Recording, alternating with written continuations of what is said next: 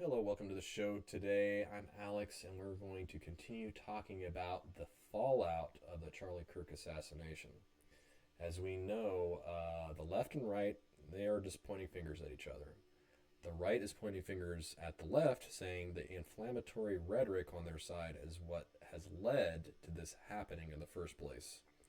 And then those on the left are pretty much saying the same thing about the right, saying, hey, it's Trump, and all of these people having their version of inflammatory rhetoric that is kind of putting down their constituents, which are the transgender community, other minorities, to include immigrants.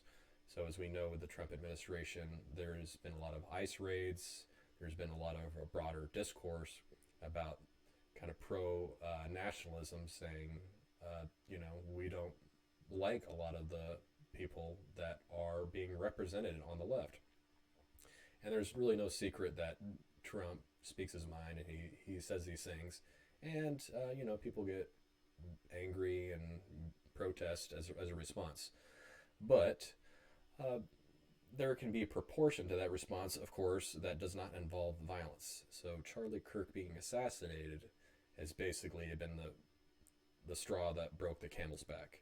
So there's going to be a lot more cracking down on that kind of rhetoric, whether it be on social media or on legacy media. And pretty much those that are in power right now, they're just not going to tolerate that. There's been a wider question on censorship. Are these people that are being censored in some way, are they having their First Amendment right be disenfranchised upon? So they're not able to talk and speak their mind based on those constitutional rights. But I would say when it comes to those like Jimmy Kimmel, a night host, he does, of course, work for ABC, and he was let go based on his comments, and they were saying they were false, knowingly false. But I'm not sure if he actually knew at the time that when he made those comments about the Charlie Kirk killer as being on the left or the right, if he actually knew that. I think he kind of just made an assumption based off probably what he heard on CNN the night before, because CNN, at that time that he made that comment, they were saying that, oh, he came from a conservative family, and they were making all of these inferences that the killer, he was a left-leaning individual or a right-leaning individual. So I think really this comes down to people having decorum, people having some respect, no matter who the political representative is, or if it's someone from the left or the right. If they get killed, we should all come together as a nation and essentially just say, hey, I don't agree with a person, but nobody should be killed based off of what they believe in. And Charlie Kirk's, what has said in the past has been misconstrued, I think, to a certain degree. And of course, he was killed, or in the killer's eye, he was killed because he insulted his lover, his transgender lover. So that transgender lover is playing kind of a little coy about it, like he didn't know what happened. He didn't know that his boyfriend was going to kill them.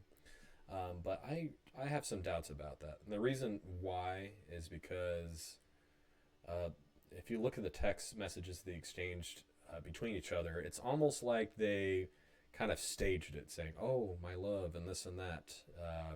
You didn't. Oh, I didn't know. Why'd you do that? And all the things about hiding the weapon. I'm just not really buying it. So that's my 2 cents. I might be wrong about that, but that's remains to be seen. As the investigation continues, we'll see where that leads.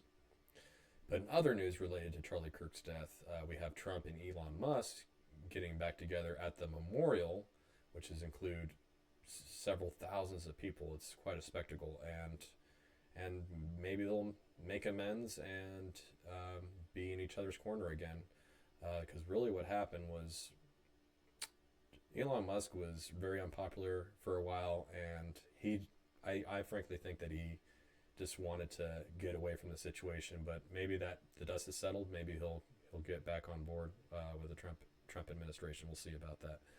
But back to what I was saying about Charlie Kirk. Would the right react with decorum and respectability if someone on the left had been executed. Let's say someone they just didn't like, someone that's very, like AOC or someone from The View or somebody they just really didn't like, Nancy Pelosi. Would the right react with the same amount of respect as they said they would have in the case of something like Charlie Kirk? I would like to think that the right would, and I'm really hoping that in the future the left will as well, because Charlie Kirk believed in fair debate, and it didn't really matter what you believed in. If people talked about it, talked it through, then that was what was really important. And of course, he was a very devout Christian. You don't have to be a devout Christian it doesn't really matter what you are to have a good debate.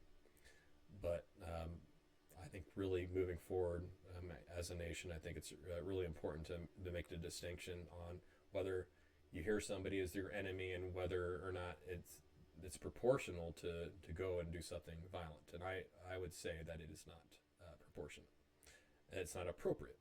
So with that said, so I'll just leave that off for today, and we'll discuss more of this at a later time and see as things develop.